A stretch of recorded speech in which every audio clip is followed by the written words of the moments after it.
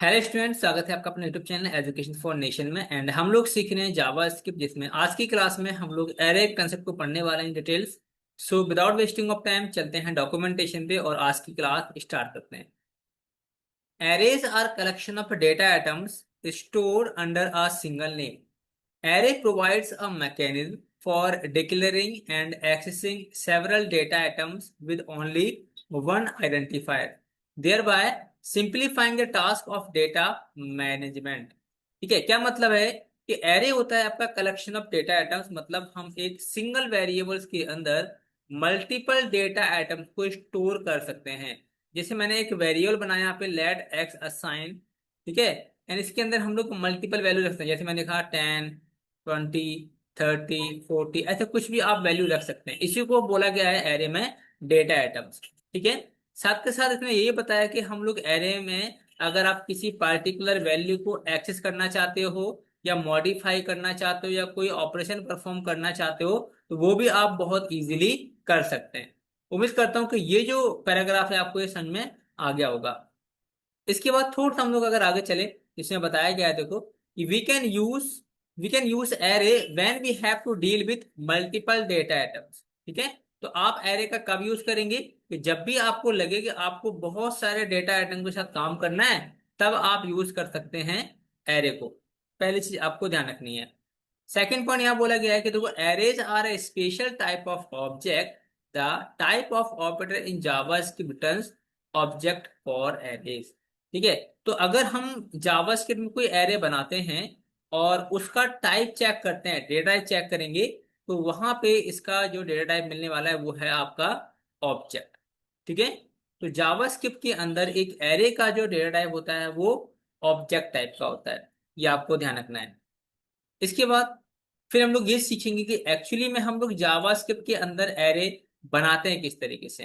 ठीक है, तो यहाँ टॉपिक हमारा declaration and initialisation of array.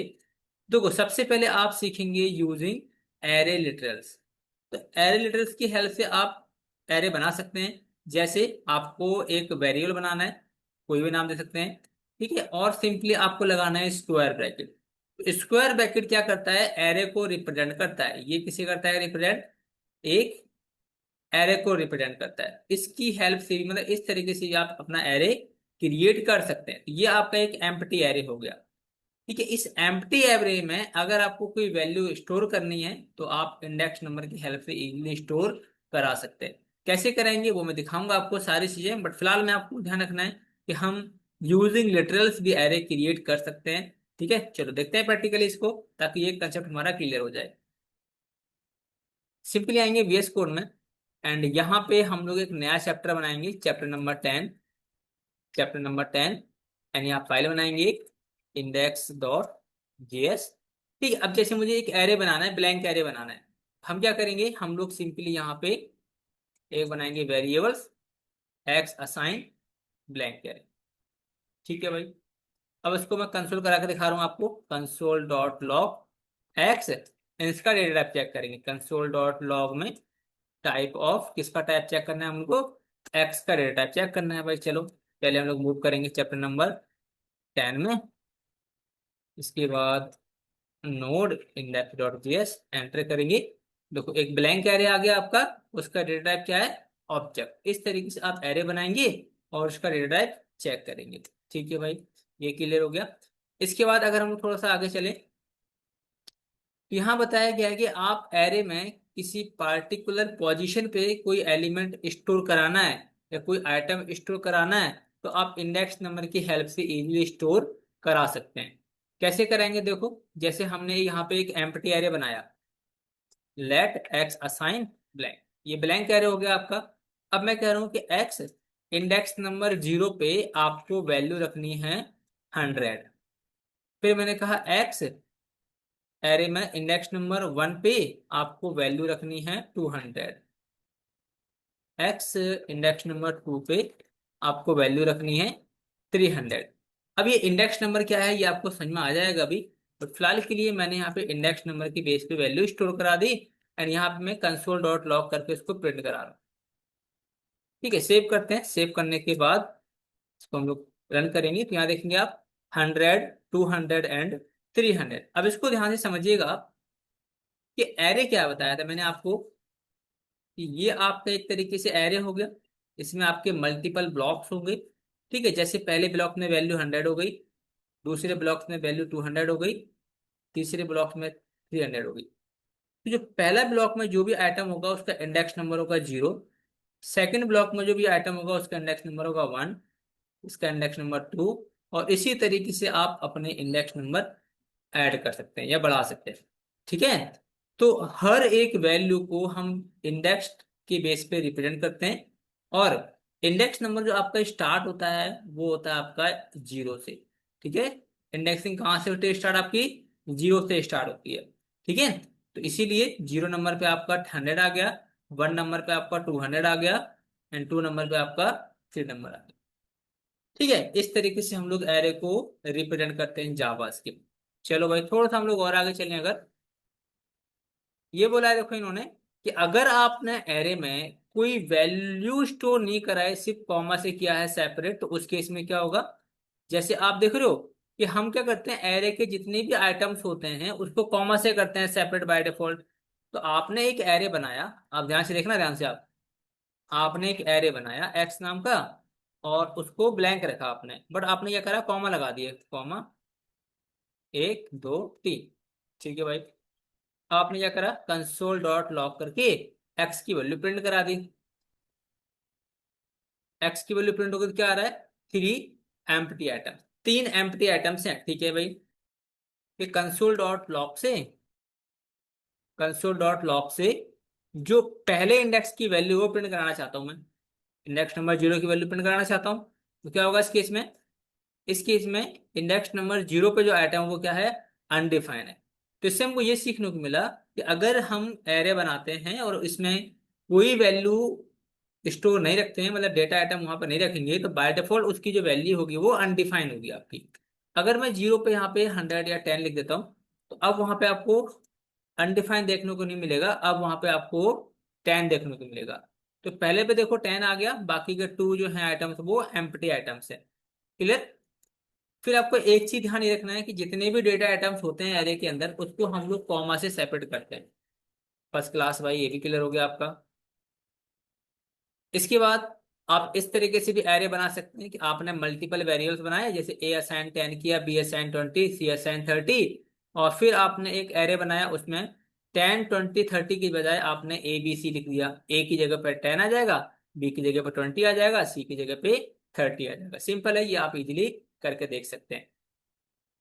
बाकी इंडेक्सिंग का कंसेप्ट मैंने बता दिया आपको कि जो इंडेक्सिंग होगी वो 0 से स्टार्ट होती है बाय डिफॉल्ट। ठीक है, और आप उस इंडेक्स की बेस पे पार्टिकुलर आइटम्स को इजीली एक्सेस कर सकते हैं।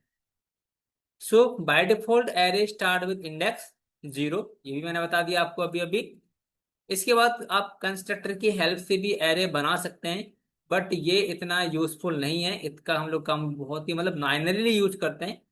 तो बनाने का तरीका वो सेम ही है कि आपको न्यू लिखना है और एरे का ऑब्जेक्ट बनाना है, और उस एरे ऑब्जेक्ट की बेस पे आप अपना एरे क्रिएट कर सकते हैं, बट इसका यूज करते नहीं है, तो इसलिए आपको इतना देखने की जरूरत है नहीं। ठीक है, इसको आप लोग स्किप कर सकते हैं, नो डाउट। इंपॉर्टेंट पॉइंट्स भी देखने हैं आपको एरे के, ये आपको याद होने चाहिए। देखो, पहला पॉइंट क्या याद रखना है कि JavaScript arrays are non sorry are zero indexed. The first element of an array is index 0। ये पता ही है कि एरे में जितने भी एलिमेंट स्टोर करते हैं, तो जो फर्स्ट एलिमेंट का जो इंडेक्स नंबर होता है वो 0 होता है भाई। ठीक है, सेकंड पॉइंट ये इन्होंने बोला है, using N invalid index number returns undefined. अब इसका मतलब ये है कि आपने एक एरे बनाया भाई, चलो, एक आपने एक एरे बनाया एक्स नाम का, और उसमें कुछ वैल्यू रखी, आपने 10 लिखी और 20 लिखी। ठीक है भाई, अब कंसोल डॉट लॉग करा रहा हूं मैं किसको? कंसोल डॉट लॉग करो इंडेक्स नंबर 4 को। ठीक है, इंडेक्स नंबर 4 इसमें होगा, इंडेक्स नंबर 0 10 हो गया, और 120 हो गया, 4 तो है ही नहीं। तो अगर कोई इंडेक्स नंबर नहीं मिलता है उस एरे के अंदर, तो उस केस में हमको मिलेगा अनडिफाइंड। उस केस में क्या मिलेगा हमको? अनडिफाइंड मिलेगा। तो ये भी आपको पता होना चाहिए। इसके बाद थर्ड पॉइंट में हमको बताया गया यहाँ पे कि it is possible to quite the JavaScript array indexes as well. ठीक है, जैसे आपने क्या करा, सिंगल कोट के अंदर किसी इंडेक्स को रिप्रेजेंट करना चाहा इंस्टेड ऑफ टू, तो all through it's not necessary. तो आपको ये जरूरत नहीं है कि आप उसे सिंगल कोट या डबल कोट में लिखें, आप न्यूमेरिक वैल्यू से भी इजीली इसको एक्सेस कर सकते हैं। फिर इसमें नेक्स्ट जो पॉइंट बताया गया है ये है कि array can not be use strings as elements indexes but must be integer. ठीक है, आप मतलब इंडेक्सिंग के स्ट्रिंग के बेस पे वैल्यू गेट नहीं कर सकते। जैसे यही एरे ले लो और आपने इंडेक्स नंबर 0 पे करा, भाई इतना तो पता है कि 0 पे आप इजीली वैल्यू गेट कर लेंगे 10 को, ठीक है। फिर आपने क्या करा कि 0 को ना स्ट्रिंग में लिख दिया आपने, तो उससे ही वैल्यू मिल जाएगी। बट जावास्क्रिप्ट रिकमेंड करता है कि आपको स्ट्रिंग में वैल्यू ना देके आप उसको इंटीजर में ही वैल्यू पास करें। एरर नहीं मिलेगा आपको अगर आप स्ट्रिंग इंडेक्स पे पास करेंगे, नहीं वैल्यू मिल जाएगी आपको, बट वो रिकमेंड करता है कि आप क्या करेंगे, यहाँ पे इंटीजर वैल्यू से ही एलिमेंट गेट करेंगे। फिर कहता है कि there is no associative array in JavaScript, JavaScript में कोई भी एसोसिएटिव एरे नहीं होता है। इसके बाद no advantage to use array constructor, so better to use array literal for creating array in JavaScript. मैंने बताया था आपको अभी कि आपको एरे ऑब्जेक्ट बनाने की जरूरत नहीं है जावास्क्रिप्ट के अंदर, आप एरे लिटरल से यूज करेंगे तो बेटर रहेगा। ठीक है, तो इसीलिए मैंने आपको वो कंसेप्ट नजर डिटेल में नहीं पढ़ाया क्योंकि वो टाइम वेस्टिंग कंसेप्ट हो जाता हमारे लिए अभी।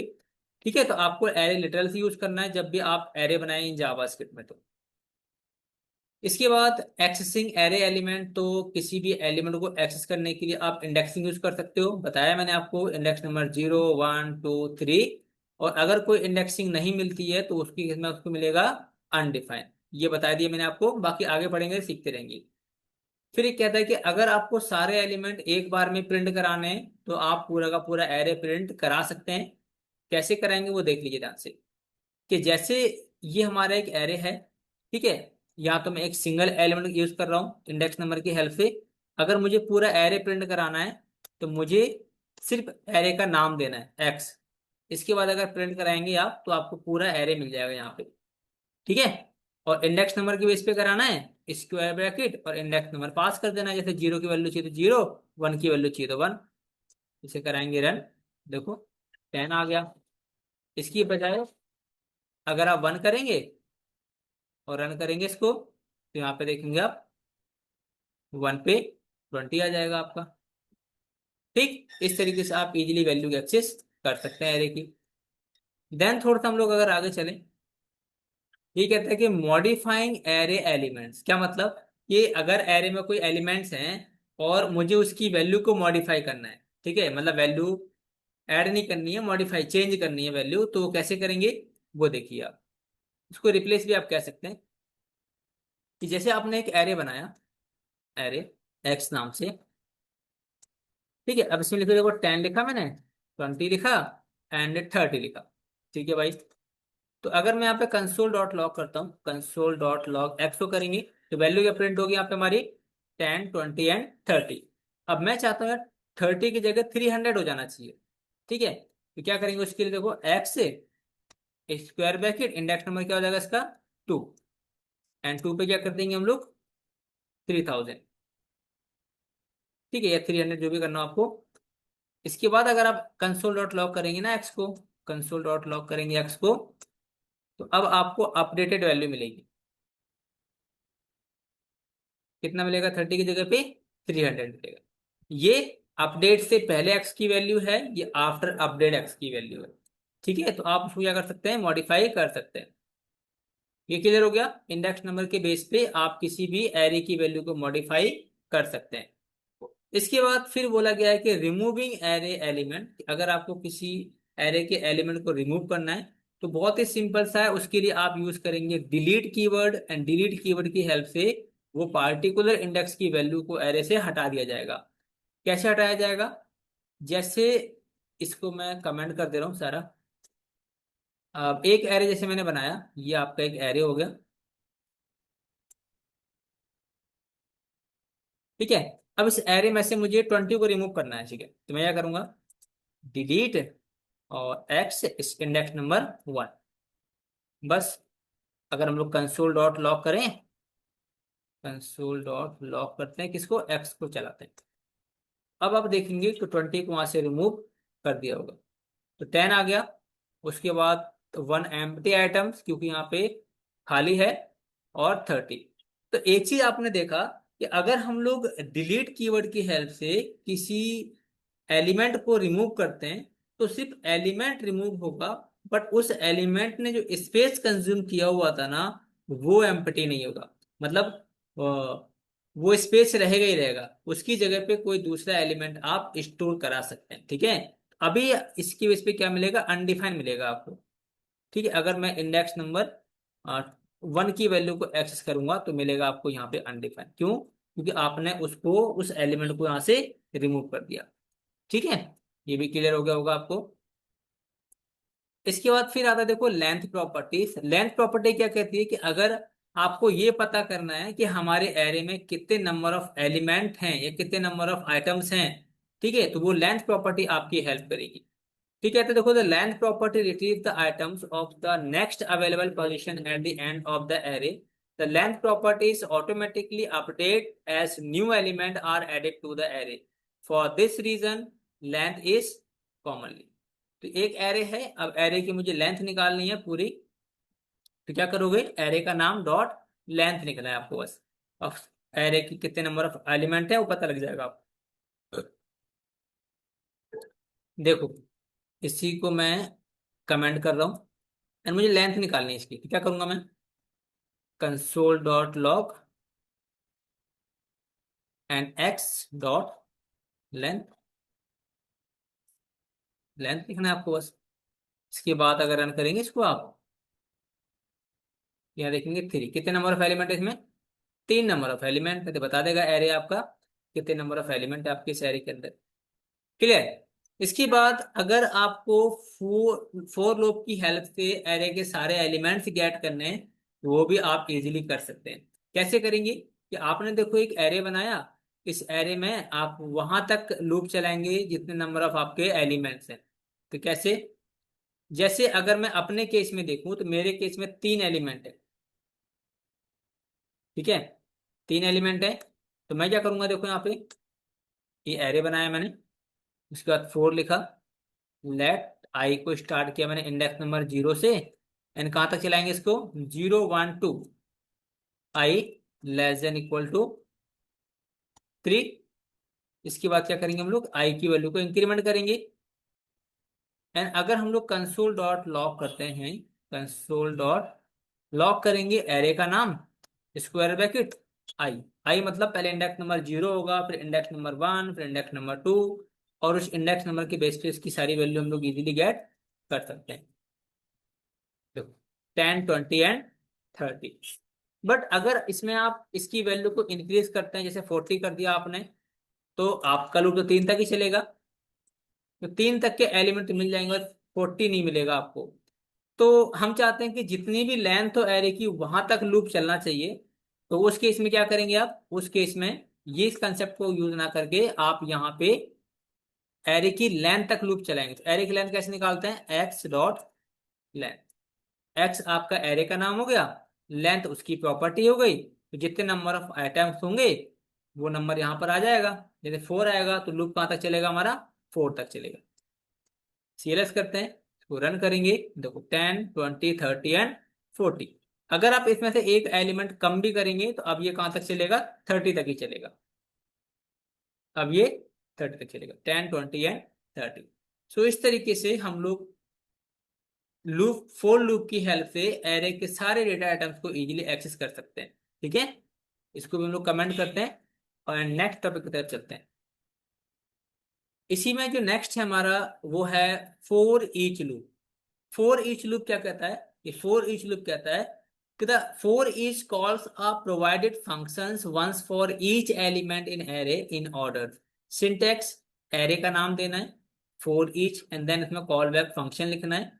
और उस कॉल बैक फंक्शन में हम लोग 3 पैरामीटर पास कर सकते हैं, value, index, and third one is array.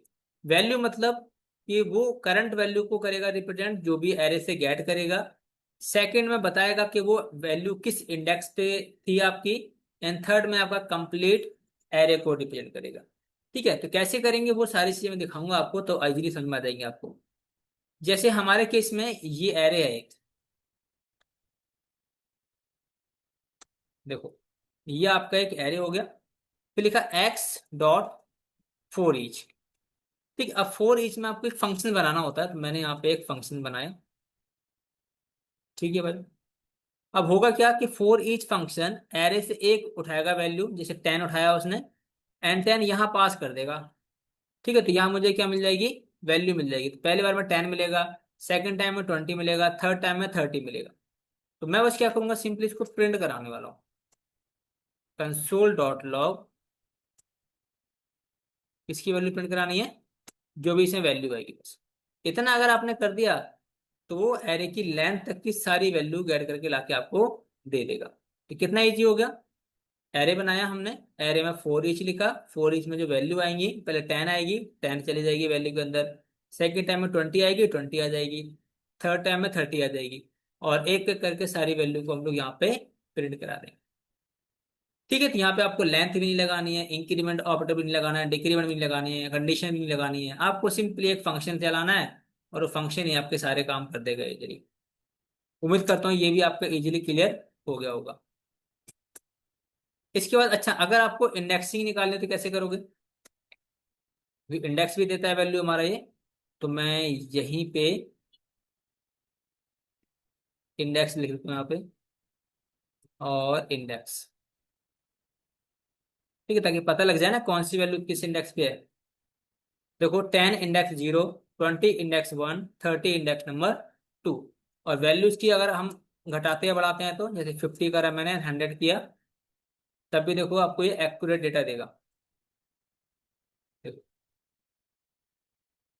ठीक है। तो उम्मीद करता हूँ कि फोर ईच कैसे यूज करते हैं ये आपको लगाना आ गया होगा। इसके बाद थोड़ा सा हम लोग अगर आगे चलें, तो ये कहता है फोर ऑफ लूप।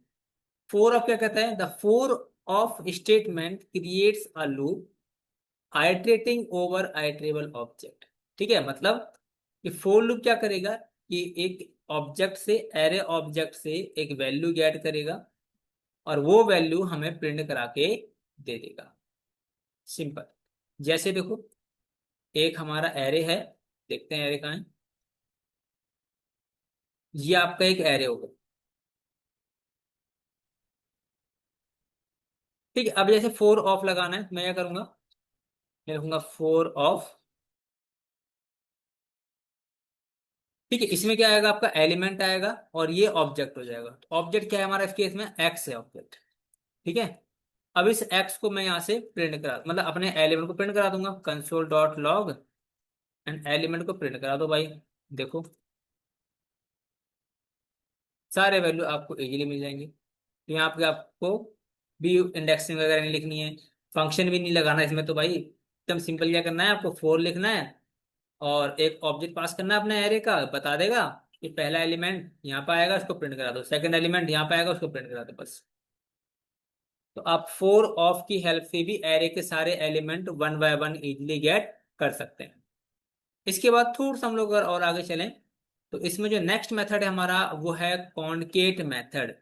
कॉनकेट मेथड क्या कहता है, the concat method is use to merge two or more arrays. This method does not change the existing arrays, but instead returns a new array.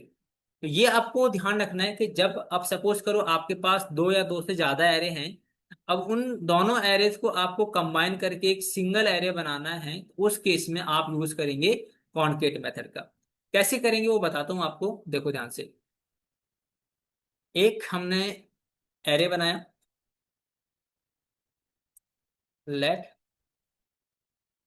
Array one, 10, 20, 30। Array two, ठीक है, 40, 50, 60, दो array हो गए। अब दोनों एरो को मुझे combine करना है, क्या करूंगा, ऐसे में एक बनाऊंगा वेरिएबल। यहाँ से क्या मिलेगा मुझे, एक न्यू एरे मिलेगा। तो न्यू एरे में क्या करूंगा, जो एरे वन है हमारा, उसमें मैं कॉन्केट करा दूंगा किसको, एरे टू को, बस। और जो नया एरे बनेगा, उसको हम लोग कंसोल करा के देख लेंगे। न्यू एरे क्या है हमारा, ये रहा न्यू एरे। सीएलएस करेंगे, इसे रन करेंगे, देखो आप, 10 20 30 40 50 60, एक नया एरे बन के आपका रेडी हो जाएगा। तो जो कॉनकेट फंक्शन हम लोग यूज करते हैं वो जनरली यूज करते हैं जब हमको दो या दो से ज्यादा एरे को कंबाइन करके एक सिंगल एरे बनाना हो, तब हम यूज करेंगे कॉनकेट मेथड। उम्मीद करता हूँ कि ये वाला जो कंसेप्ट है ये भी आपका क्लियर हो गया होगा। कमेंट करते हैं इसको। इसके बाद थोड़ा सा हम लोग अगर आगे चलें, इसमें हमको बताया गया ये तो ये सेम चीज ये तो देखो। नेक्स्ट हमारा है जॉइन मेथड। तो जॉइन मेथड को हम लोग करेंगे अब नेक्स्ट क्लास से, ठीक है। क्योंकि आज की क्लास में हमने जो बेसिक कंसेप्ट थे वो सारे हमने पढ़ लिए। बाकी जो जो मेन मेन मेथड्स हैं, जो भी जितने भी हमारे मेन मेन फंक्शंस या मेथड्स हैं, वो हम लोग देखेंगे अब नेक्स्ट वीडियो में, ठीक है। क्योंकि अभी इतना इनफ है आज की क्लास के लिए। बाकी हम लोग मिलते हैं नेक्स्ट वीडियो में नए टॉपिक के साथ। तब तक के लिए बाय बाय।